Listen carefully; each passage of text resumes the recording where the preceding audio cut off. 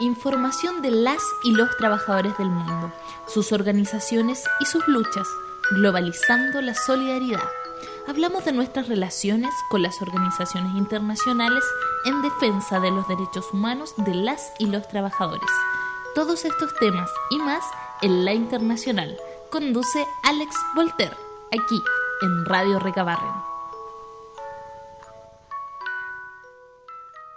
Muy buenas tardes, estamos hoy día 6 de marzo ya del 2020 en el primer programa de La Internacional. Tras el receso de vacaciones que tuvimos en febrero, estamos acá acompañando con la compañera Tamara, vicepresidenta de Relaciones Internacionales de nuestra central, y en este programa nos acompaña Roberto Morales, quien es vocero de Amnistía Internacional y además coordinador del programa de Derechos Humanos de la FIEP, quien nos viene a hablar sobre el último informe que apareció el 27 de febrero, que básicamente viene más bien a hacer un catastro del panorama de derechos humanos a nivel regional, y donde Chile, por supuesto, tiene un capítulo donde está basado principalmente en lo ocurrido tras el 18 de octubre, en todas las situaciones que son de conocimiento público, en cómo el Estado ha actuado contra los manifestantes y el pueblo chileno en general.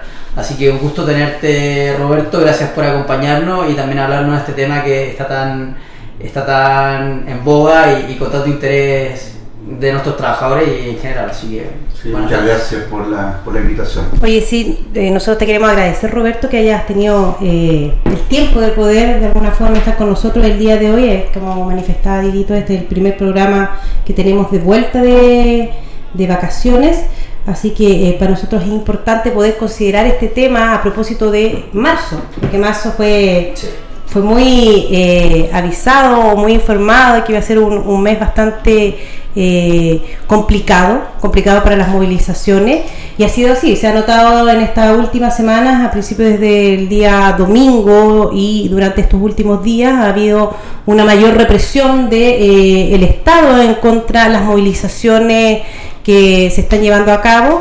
Entonces, qué recurrente y qué importante es poder conversar este tema hoy en día, más allá de que, como mencionaba Diego, hace unos días atrás lanzan este informe Amnistía constatando lo que está sucediendo en la región, no tan solo en Chile, sino que evidentemente Bolivia, Colombia y Honduras, me imagino que van a ser algunos de los temas que va a tocar, y también lo que está sucediendo en nuestro país actualmente.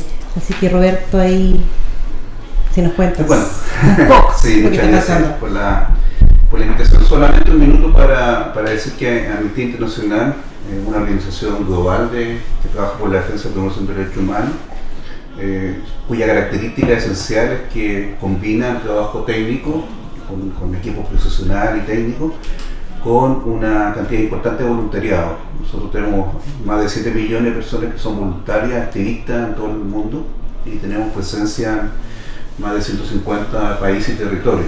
Entonces es una organización que efectivamente tiene una presencia muy importante y que está trabajando hace más de 50 años en este tema. Y permanentemente hay ciertos hitos, y uno de los hitos es que una vez al año se presenta un informe. Uh-huh. En este periodo, a partir de 2 años atrás, se ha dado mucha fuerza a presentar informes de las distintas regiones, es decir, continentes, digamos, en este caso de las Américas, y yo, por supuesto, y los demás continentes, y enfatizando entonces en un panorama de la región, pero también con un capítulo por cada uno de los países donde fue posible levantar información, teniendo oficina o no teniendo oficina, porque igual se hace, digamos, con diferentes metodologías.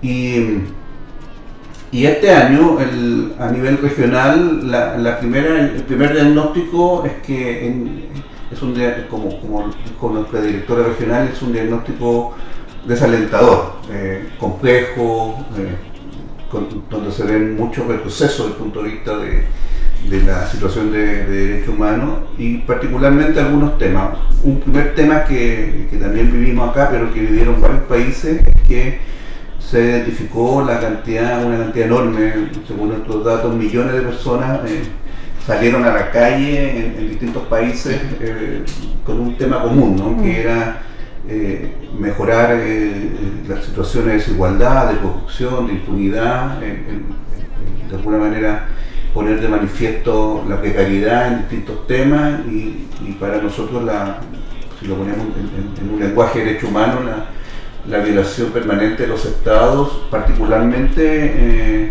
en lo que tiene que ver con los derechos económicos, sociales y culturales, ¿no? Que de alguna manera siempre parecen un poco más invisibles a la violación de derechos civiles y políticos, que son los que uno más ve, digamos. Y los ambientales también. Claro, sí, ambientales. Hoy día efectivamente los DES ya a nivel internacional ya se están manejando como DESCA. Claro, sí, es una buena apreciación. Sí, ha pasado que a veces uno se queda confundido en la sigla. Le agregaron la A al final. Exactamente, DESCA. Y que es muy importante, por cierto, claro. Y que no estaba cuando se generaron la primera versión desde el punto de vista de la Declaración Universal y también de los pactos, ¿no? Hasta ahí estábamos solamente culturales. Claro.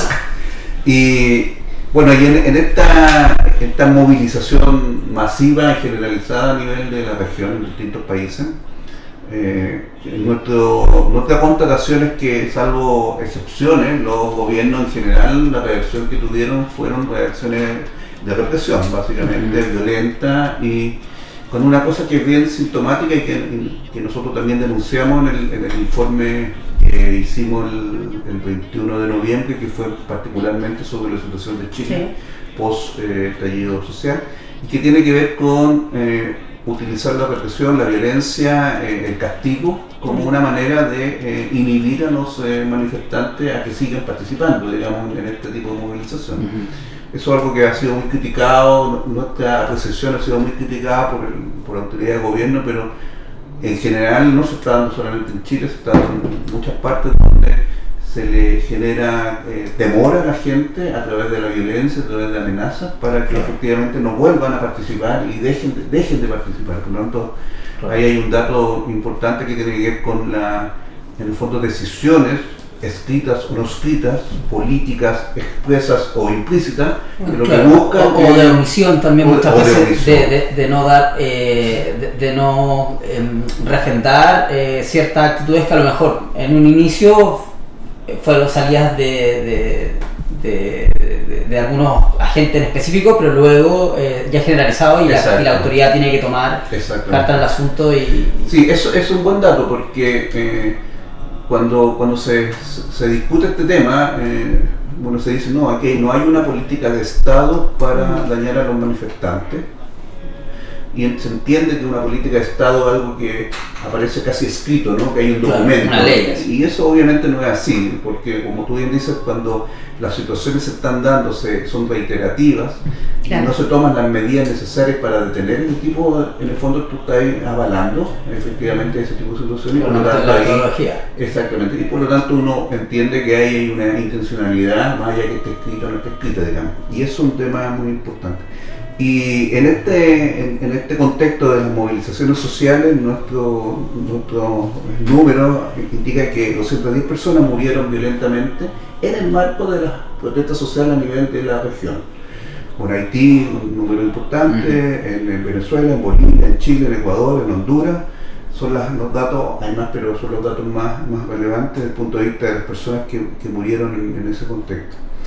Y el otro dato importante que se dio, lamentablemente se fortaleció desde el punto de vista de la problemática del año 2019, tiene que ver con la movilidad, ¿cierto? Obligada, las migraciones o refugio, ¿no?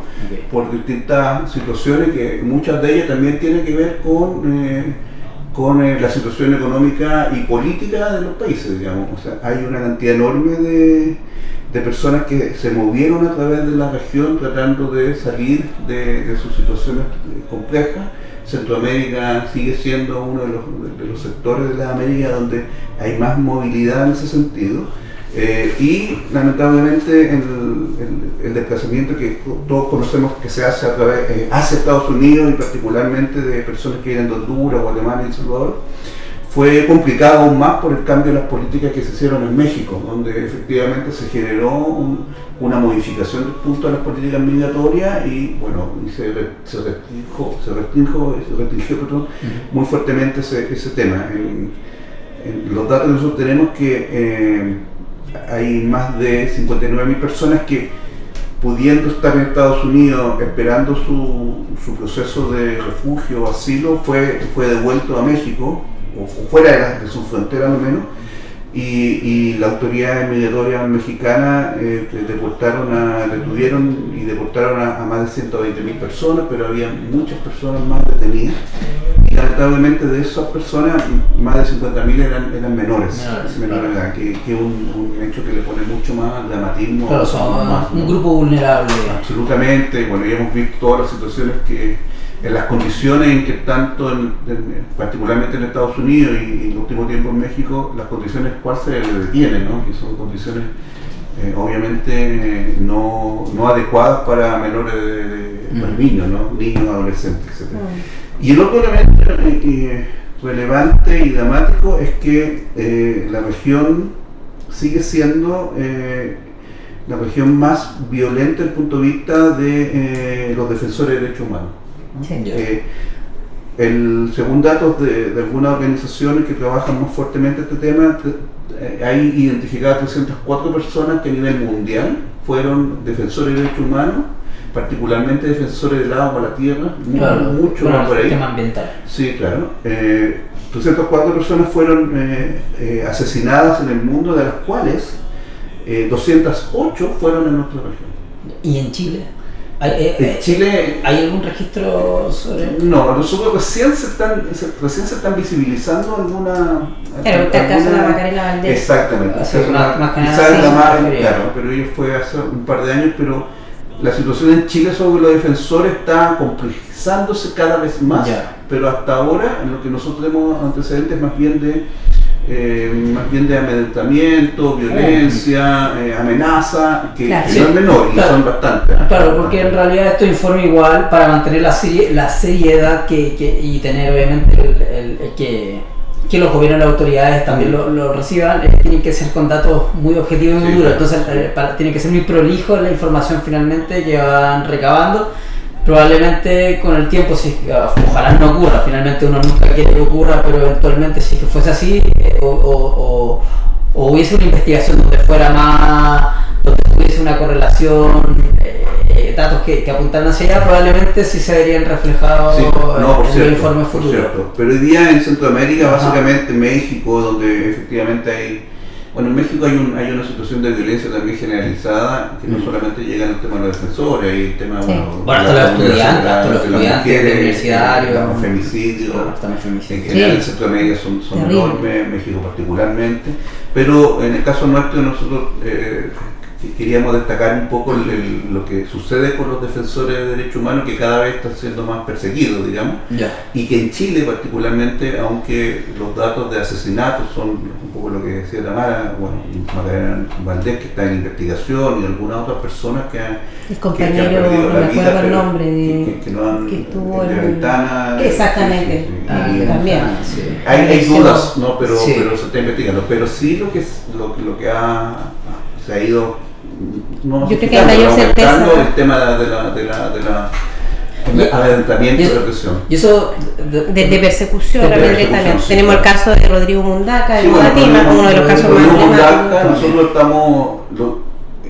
Fue un caso que hace unos 3 años, como Amnistía, lo hemos tomado y hicimos todas las acciones necesarias para que su situación fuera conocida a nivel mundial. De hecho, hubo una campaña de Amnistía a nivel mundial sobre su situación, pero casos como el de Rodrigo se han ido repitiendo en otras personas. De hecho, hay personas que han tenido que salir del país porque... entonces sí. Pero bueno, es un tema que hay que trabajarlo. Respecto a ese punto, no sé si hay una posición oficial de Amnistía, la verdad, por eso yo sé que esto hay que ser súper protocolar, pero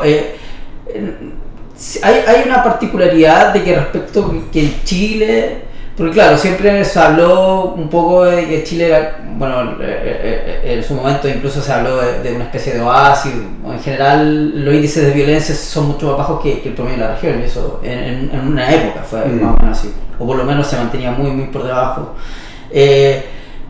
Igual es preocupante que Chile, que finalmente era a lo que muchos países de cierta manera aspiraban o lo veían como un ejemplo, bueno, el vecino que a lo mejor estaba un poquito mejor, esté en una situación ahora mucho más vulnerable, es también como una proyección para el resto de la región. Más preocupante aún que países con una cierta estabilidad. ¿Lo ven hacia usted o son materias que están en análisis todavía, que también sí, puede ser? Hay distintos ámbitos. En general, nosotros siempre, y hace varios años que hemos dicho que en Chile, el Estado de Chile, más allá del periodo de dictadura, el Estado de Chile ha violado permanentemente los derechos humanos de la población. Bueno, está el tema indígena.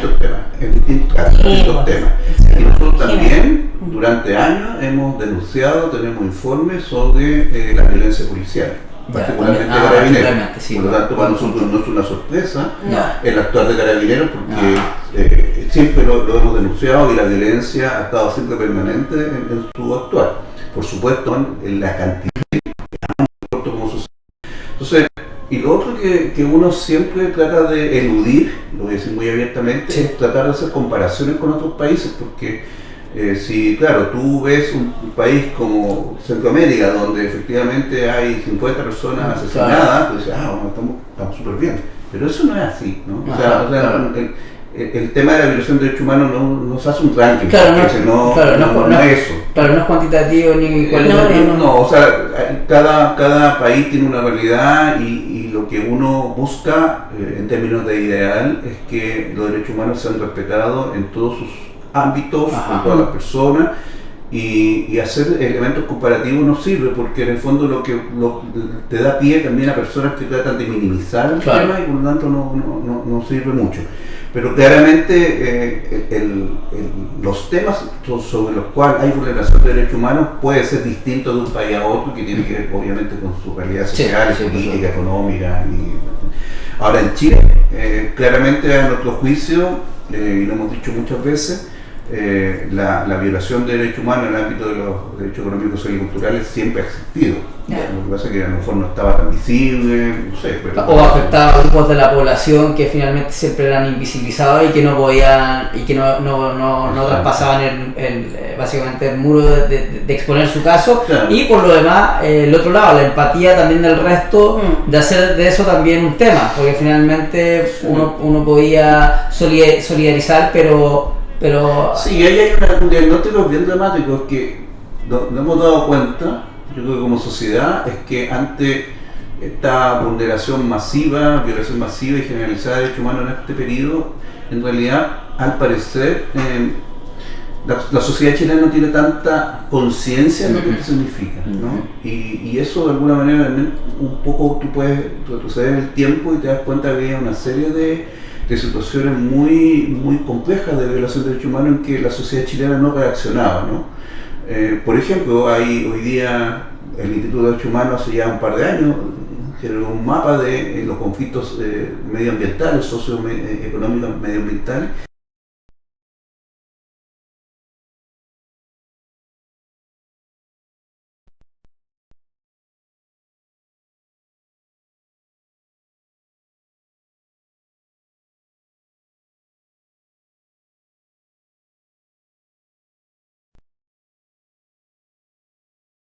De relaciones, digamos, sociales, el tema de los derechos humanos. Claramente no era así.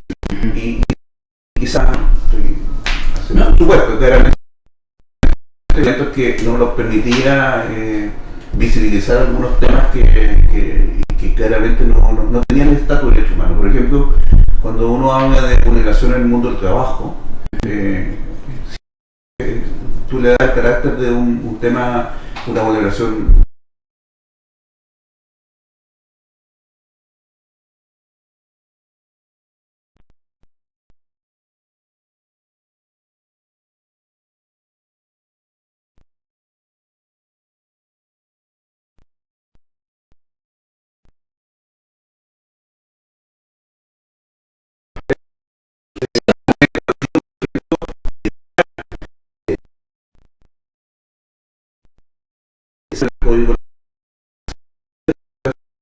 que son sensibles, no significaron también una violación del en el ámbito del derecho económico, social y cultural. Claro.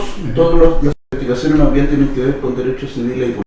Sí. Y ahí yo creo que hay un tema que también de alguna manera se explica en el estallido social. O sea, cuando tú entiendes, poniéndole el nombre de derecho humano o no, que tu problemática es sobre el tema de educación, salud, igualdad, derechos. De alguna manera estás visibilizando temas que no habías logrado como sociedad ponerlo en el primer nivel de importancia. Sí, pues, básicamente, claro, hay gente que finalmente no está mucho en estos temas por distintas razones académicas o de investigación o ser activista, desconoce varios factores, como por ejemplo la progresividad de los derechos humanos, que no es que se agoten en un listado taxativo, sino que naturalmente siempre se están repasando, incorporando. Exacto. Porque la idea es obviamente que los niveles de vida alcanzados vayan siendo, y libertades también y derechos, lo más homogéneo posible a la sociedad. Entonces, bueno, un buen ejemplo es la incorporación de los derechos ambientales. Por ejemplo. Pero hay varios más que son muy interesantes. Por ejemplo, todos los derechos de las minorías sexuales,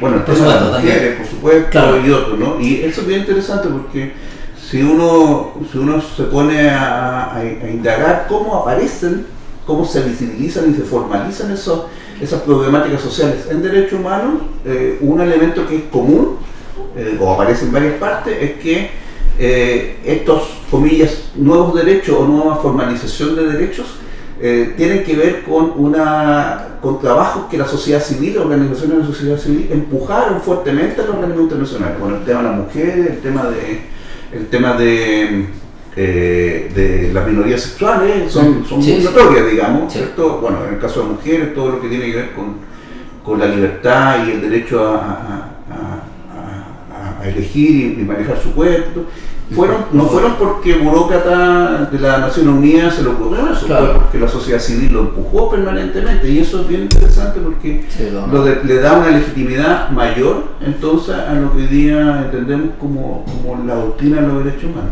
Roberto, yo te quiero hacer dos consultas. Una a propósito del informe que presenta Amnistía, donde se señala que Chile vive la peor crisis desde la llegada a la democracia. ¿Cómo lo están viendo ustedes ahí desde Amnistía, lo que está sucediendo a propósito de la violenta represión que hay contra el pueblo de Chile? Y otro que tiene que ver también con la campaña internacional que se está haciendo bajo el alero de la CUT, de la FIEL, del programa de derechos humanos, y que tiene que ver con una campaña internacional que se llama Chile no más, basta de violar los derechos humanos en Chile. Entonces, un poco para que podamos referirnos en relación a esos dos puntos, porque el tiempo nos llama. Efectivamente, el elemento fundamental que nosotros pusimos el día 27 fue eso, lo que tú bien dices, que a nuestro juicio, con el análisis de la información y básicamente también con la investigación y el pre-informe, porque no es un informe terminado, que lanzamos el 21 de noviembre y que todavía estamos recopilando y haciendo análisis, a nuestro juicio sí, este es el periodo en que efectivamente esta crisis es la peor crisis que ha vivido el país post-dictadura, digamos. Y las cifras, bueno, hay muchos detalles, pero algunas cifras nomás que nosotros tomamos al cierre del informe, que por supuesto han ido modificándose y que son datos duros, pero que detrás de eso hay todo un drama de personas, ¿no? Y de repente uno se queda en las cifras, pero bueno, más de 13.000 heridos según el Ministerio de Salud, incluso tomando datos oficiales, que sabemos que una de las problemáticas que había en este periodo es que ningún órgano del Estado que tenía que asumir eso ha generado datos consolidados. Tampoco el INDH, porque bueno, se vio sobrepasado, ¿no? con la actividad y tratar de responder a todos, pero ese es un dato no menor. Fíjate que nosotros tenemos datos que vienen de un montón de partes, pero alguien tiene que consolidarlo, y cuando lo consolide yo creo que los datos van a ser mucho más dramáticos que lo que ya son. 13.000 heridos, tenemos 2.500 denuncias por violación de derechos humanos, de los cuales hay 1.500 por tortura y maltrato, más de 100 por delitos sexuales, y más de 350 por trauma ocular, esto al cierre del informe, ¿no? 4 personas que están claramente identificadas que fueron asesinadas por agentes del Estado, están investigaciones por supuesto para asumir la responsabilidad, y 2 personas que murieron en custodia policial.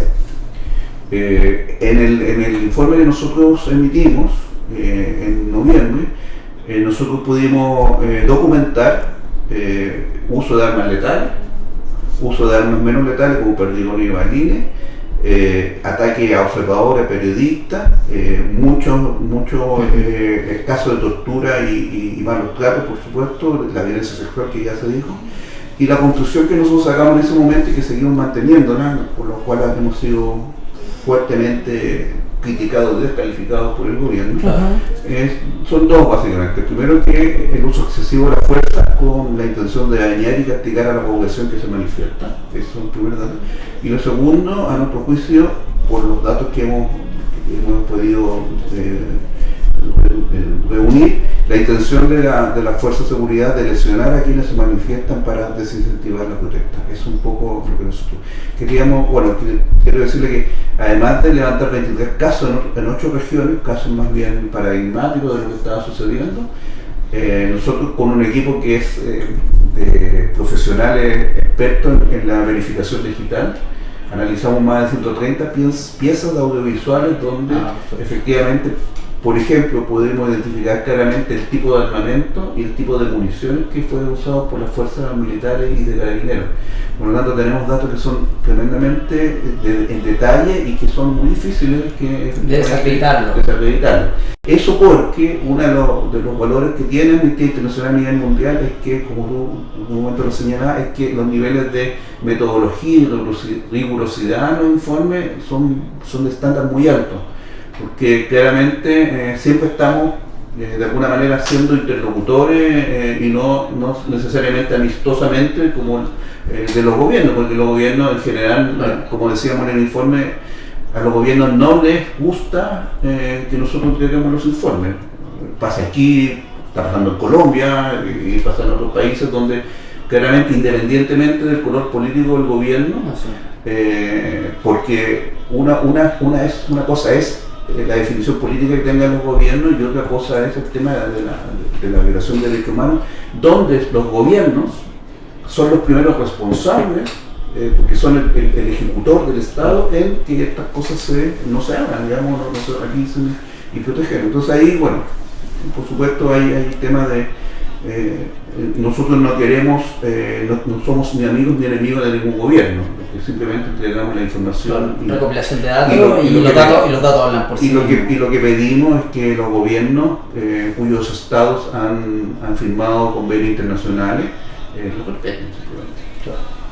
Bueno, lamentablemente se nos acaba el tiempo, Roberto. Sí, no podemos hablar de la campaña. Sí, bueno, el tema de la campaña es muy importante, entre otras cosas, porque una de las cosas fundamentales cuando suceden estas situaciones en los países de la región, y particularmente el gobierno de Chile, y todos los gobiernos, es que son muy sensibles al tema internacional. Claro.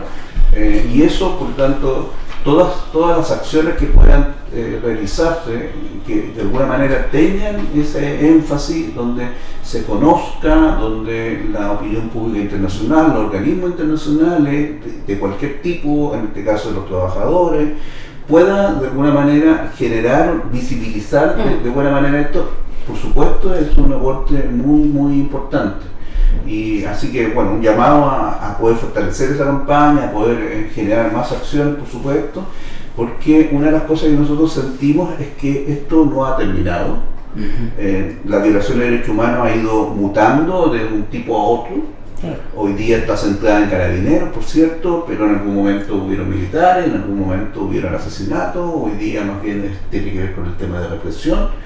Pero además hay que estar vigilante desde el punto de vista de los resultados de las investigaciones que a nuestro juicio nos preocupan.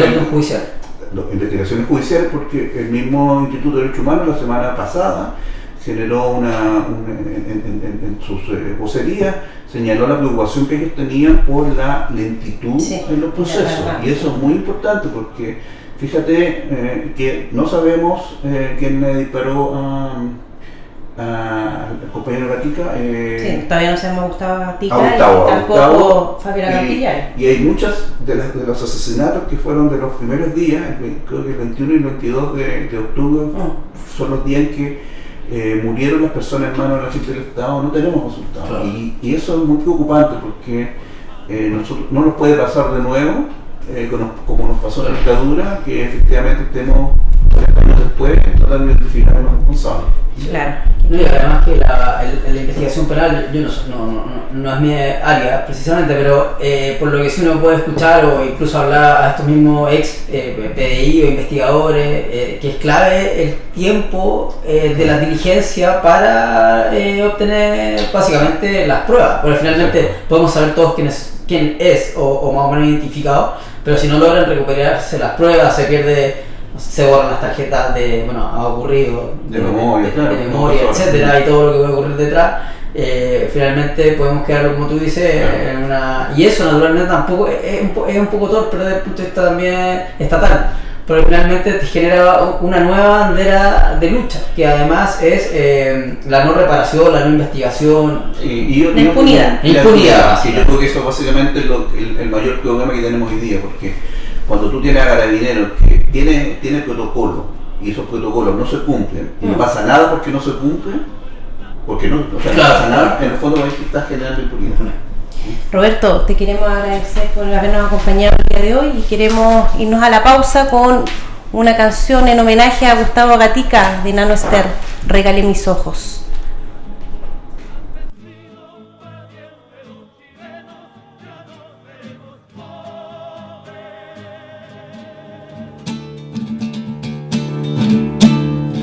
Canto desde el negro más oscuro de la humanidad, canto con la fuerza de los pueblos y su identidad, canto desde el fuego de la lucha por la dignidad, canto por la sangre de los ojos que nos sanarán, canto para denunciar que el nunca más no era verdad, canto por los muertos que se fueron y no volverán, canto sin sosiego porque nada los devolverá, canto por Gustavo y por los días que ya no verá. Entre tanta noche y entre tanta muerte, regale mis ojos para que la gente despierte. Entre tanta noche y entre tanta muerte, regale mis ojos para que la gente despierte.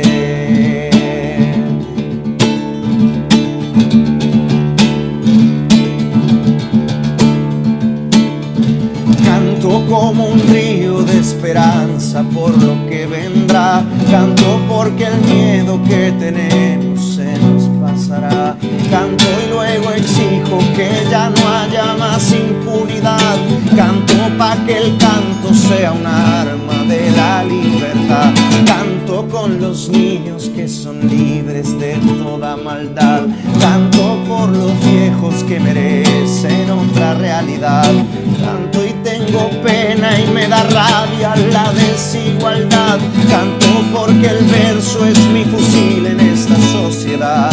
Entre tanta noche, entre tanta muerte, regale mis ojos para que la gente despierte.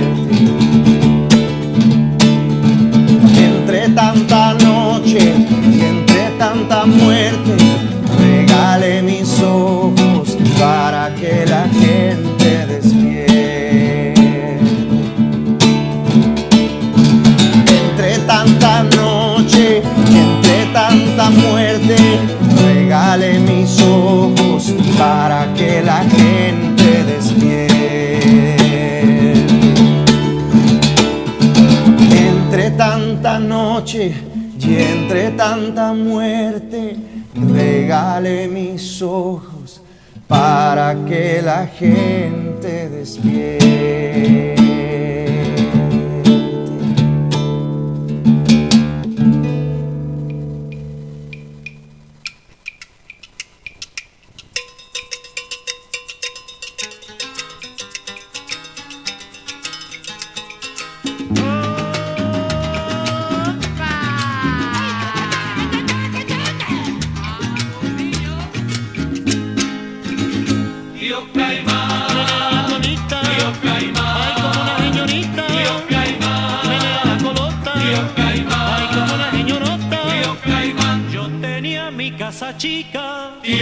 Caimán, clavada entre mar y mar, tío Caimán, pero vino la tormenta, tío Caimán, y con ella el tío Caimán, tío Caimán, la bonita, tío Caimán, ay como una señorita, tío Caimán, la colota, tío Caimán, ay como una señorota, tío Caimán, de repente el territorio, tío Caimán, de sur a norte se abrió, tío Caimán, la parcela que allí estaba, tío Caimán, el caimán se la tragó, tío Caimán, la bonita, tío Caimán, ay como una señorita, tío Caimán, la colota, tío Caimán, ay como una señorota, tío Caimán, puso el caimán su bandera, tío Caimán, y la mía me la quitó, tío Caimán, yo le dije tío Caimán, eso no lo aguanto yo, tío Caimán, la bonita, tío Caimán, ay como una señorita, tío Caimán,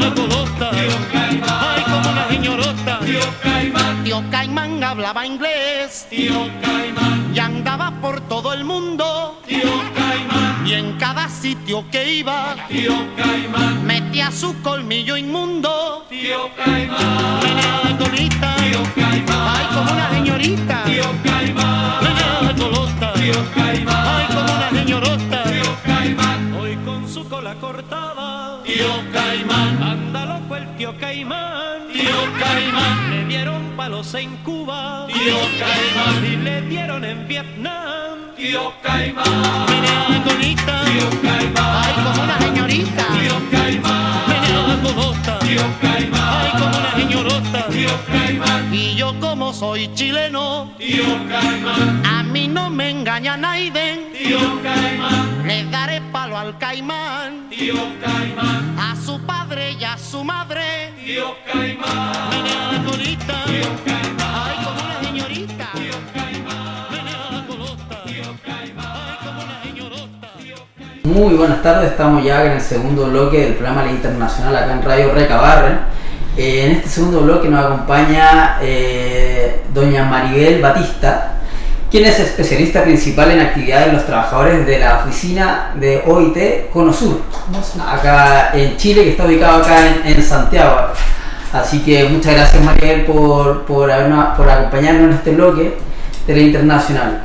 En esta oportunidad hablaremos, bueno, obviamente estamos ya en la previa del 8M, ya, y que probablemente va a haber una manifestación inmensa, como ya ha sido la tónica de estos meses, porque sobre todo el poder femenino tiene algo que muchas veces no ocurre en los hombres, que es apasionada por las causas, y así que esperamos que haya una manifestación monumental. Bueno, en razón de eso vamos a analizar un convenio que fue aprobado por la OIT, que cae de cajón con esta materia que tiene que ver con la violencia y acoso en el trabajo. Convenio 190, que fue aprobado en la última conferencia del 2019, justo en el centenario además de la OIT, sí, lo que lo hace más importante todavía. Es el instrumento del centenario. Es el instrumento del centenario, mire qué interesante. Así que, pucha, Maribel, te dejo abierto más o menos de qué trata este convenio, la importancia que trae para obviamente el mundo del trabajo, y naturalmente si es que obviamente además puede salir un poco del mundo del trabajo, siempre son materias muy interesantes.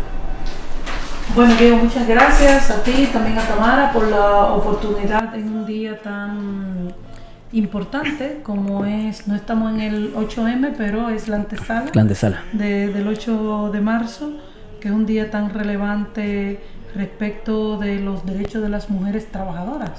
Porque todo esto, si bien también las sufragistas a nivel de Europa y de Estados Unidos tuvieron un papel importante para que este día se considerara el Día Internacional de la Mujer, el origen fundamental fueron las luchas de las trabajadoras reclamando una jornada de trabajo razonable y saludable, y otra serie de condiciones de trabajo sobre los problemas que afectaban sobre todo a trabajadoras en la industria textil, principalmente en Estados Unidos.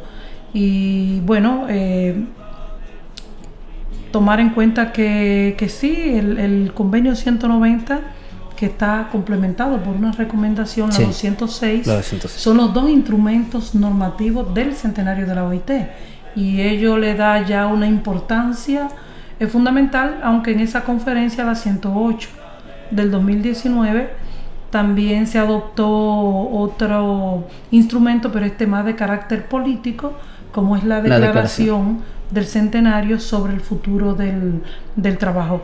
Ahora, respecto del convenio 190, no solo por ser el convenio del centenario y que va abriendo espacio a nuevos instrumentos en el marco de la OIT. Esta mañana en el evento de acá de la CUT, sí, veíamos que desde el convenio número 1 sobre la jornada de trabajo, que estuvo muy relacionado también con las luchas de las mujeres trabajadoras, pero posteriormente el convenio número 3 sobre protección a la maternidad y otros convenios que prosiguieron, como que estaban más dirigidos a proteger a la mujer mediante la prohibición de su trabajo en algunas actividades tales como el trabajo nocturno, el trabajo subterráneo, pero luego las normas comenzaron a dar un giro.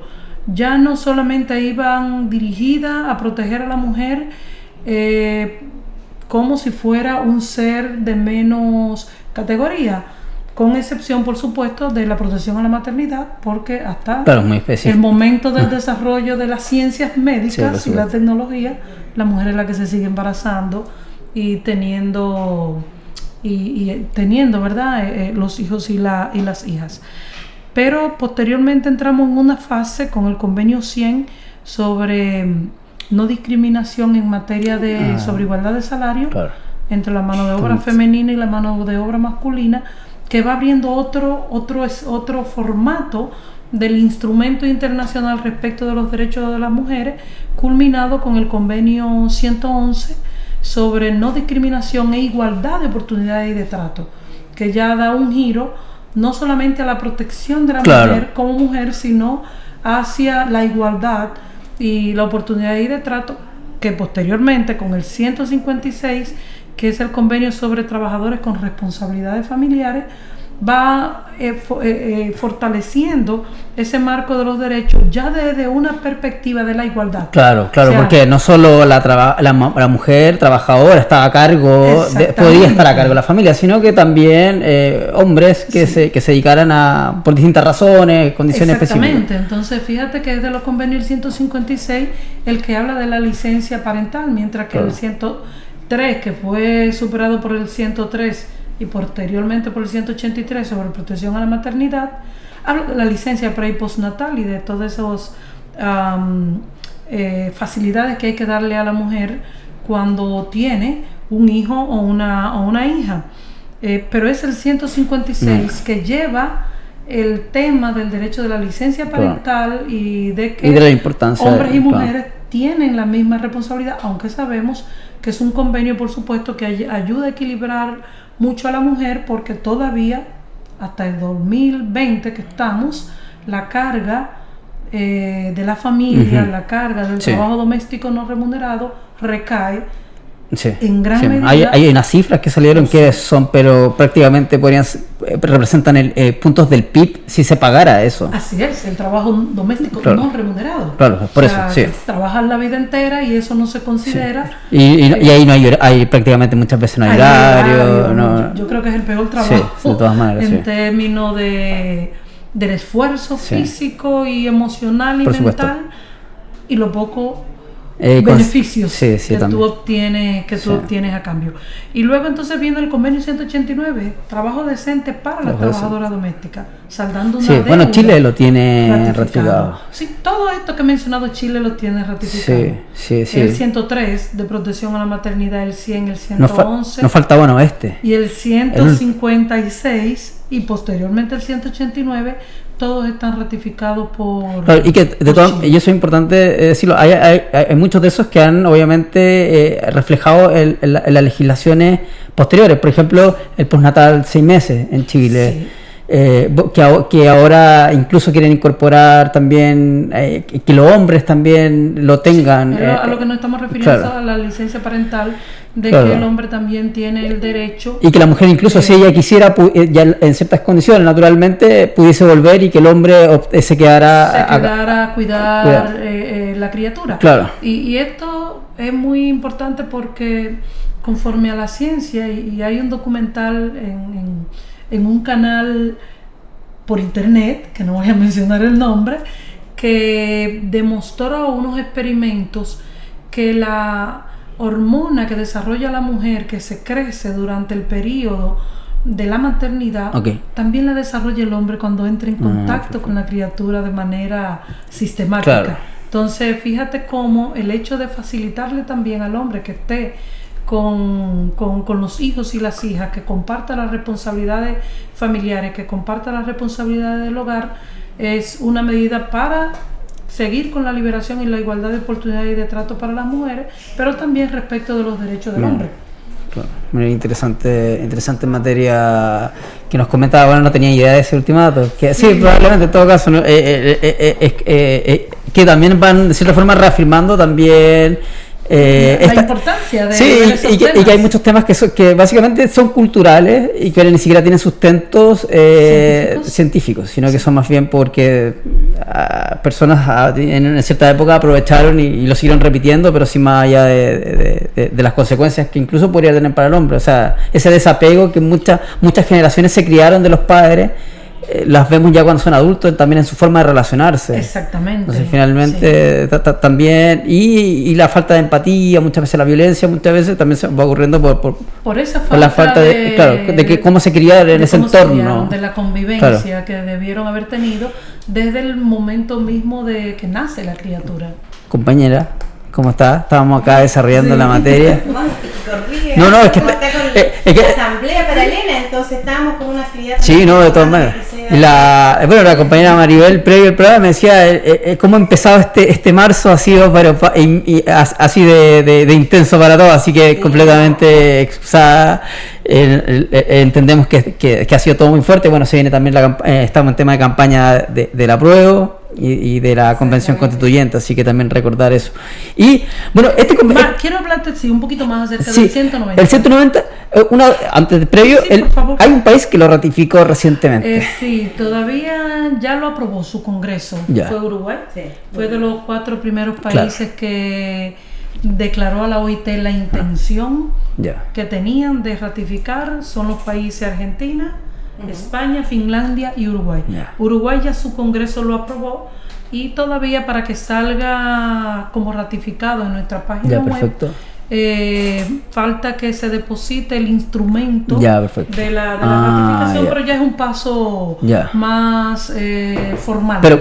Pero ya el Congreso de Uruguay aprobó la ratificación. O sea, Uruguay siempre un pasito más adelante de todo, en estas materias especialmente. Y eso es importante, ver qué otro país ratifica, que Uruguay deposite el instrumento de ratificación y que otro país también ratifique, porque en las reglas de la OIT, respecto de las normas, cuando 2 países ratifican el convenio, entonces el convenio entra en vigor y se desprende la obligación de sumisión de que todos los demás países miembros tienen que proponer al poder del Estado competente ya a partir de ahí la ratificación del convenio y abrir los espacios de diálogo y consulta con los interlocutores sociales, con nuestros constituyentes, sobre la conveniencia de ratificar el convenio. Qué bueno ese punto que hace Maribel a propósito de que, bueno, tú sabes que nosotros el año pasado presentamos ya una carta de solicitud al presidente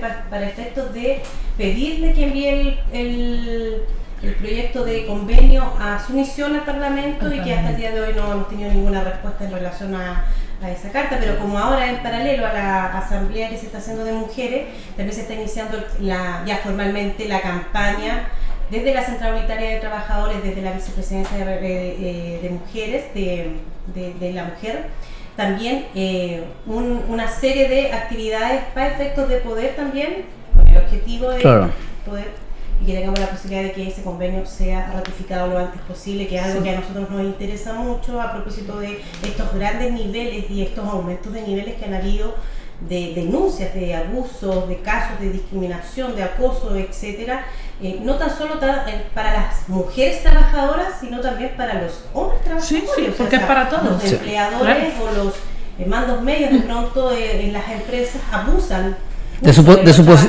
posición. Claro, por supuesto. Entonces, hemos encontrado casos emblemáticos, por Sí. el caso de los compañeros de Piccolo Italia, del caso de la fábrica del terror. De la fábrica del terror y otros muchos casos, como los de Fruna, Claro. etcétera, que evidentemente este convenio, si se ratifica, viene de alguna forma también a entregar ciertas herramientas a la legislación para efectos de que también sean sancionados lo que claro. en este caso no es sancionado actualmente. Entonces, por eso Sí. es que es muy importante el que se pueda ratificar el convenio desde el Estado de Chile.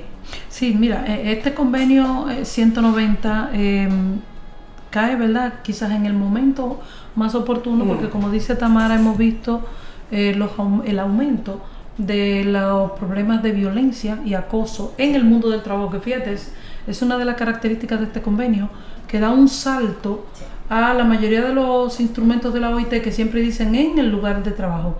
¿Por qué en el mundo del trabajo? Porque conforme está cambiando el mercado de trabajo, conforme las formas de trabajar han estado variando tanto que ya las personas, el trabajador, la trabajadora no tiene que estar en un espacio físico, sino que puede trabajar desde cualquier lugar. Entonces por eso el convenio habla de la violencia y acoso en el mundo del trabajo. Y es un convenio también que además de que pide, ¿verdad?, a los países que lo ratifican tienen que prohibir, tienen que adoptar legislaciones para garantizar el derecho, y así lo reconoce el convenio, se da el salto de tener la posibilidad de que reconoce el derecho de toda persona a un mundo de trabajo libre de violencia y acoso, incluida la violencia por razones de género. Fíjate cómo hace el vínculo respecto de este tema que ha estado tan desarrollado en otros instrumentos como la Convención Belén do Pará, o la Convención La CEDAW sobre las formas de discriminación hacia la mujer, y también que hace un vínculo muy importante, reconoce que la violencia doméstica, que la violencia intrafamiliar también tiene un impacto en la actividad laboral, que reduce los niveles de productividad, que crea tensiones y niveles de estrés, y entonces hace esa combinación entre mundo de trabajo y hogar y sector doméstico y género. Entonces es por primera vez, es un instrumento histórico de la OIT, es una norma que da un paso agigantado respecto de otros convenios de la Organización Internacional del Trabajo. Sí, ¿no? Incluso yo apostaría que desde el punto de vista de los convenios internacionales aborda de una manera mucho más clara, mucho más completa que otros instrumentos, declaraciones ya sea del mismo sistema de Naciones Unidas o el sistema interamericano. Así que probablemente de acá, como ha ocurrido muchas veces, van a terminar extrayendo mucha información para tratar de que sea una política, a pesar de que el convenio trata del empleo y en relación y fuera, muchas veces, claro, el acceso a esto va de la mano, muchas veces ligado a mujeres del mundo del trabajo interesadas obviamente en los convenios OIT, que acá en la CUT es muy conocido, pero fuera del mundo sindical no lo es tanto. Así es. Por ejemplo, fíjate que el convenio, una de sus particularidades es que en el ámbito de aplicación, como les decía, es el mundo del trabajo. Y habla de trabajadores que están trabajando, pero también reconoce que pueden ser víctimas, ¿no? Y que hay que protegerlos de trabajadores que buscan empleo, que aún no están trabajando, para evitar la violencia, la discriminación y el acoso en el proceso previo de capacitación para poder acceder a un empleo, que muchas veces se produce esa situación y frena entonces que la persona pueda acceder al empleo. Entonces protege antes, durante y posterior a la relación de trabajo. O sea, los trabajadores despedidos también están protegidos. Sí, interesante. Tanto en el sector público como en el sector privado, tanto en el sector formal Como como en informal. la economía informal, tanto en el sector urbano como en el sector rural. O sea que es un convenio de un ámbito de aplicación, de un alcance del mundo del trabajo.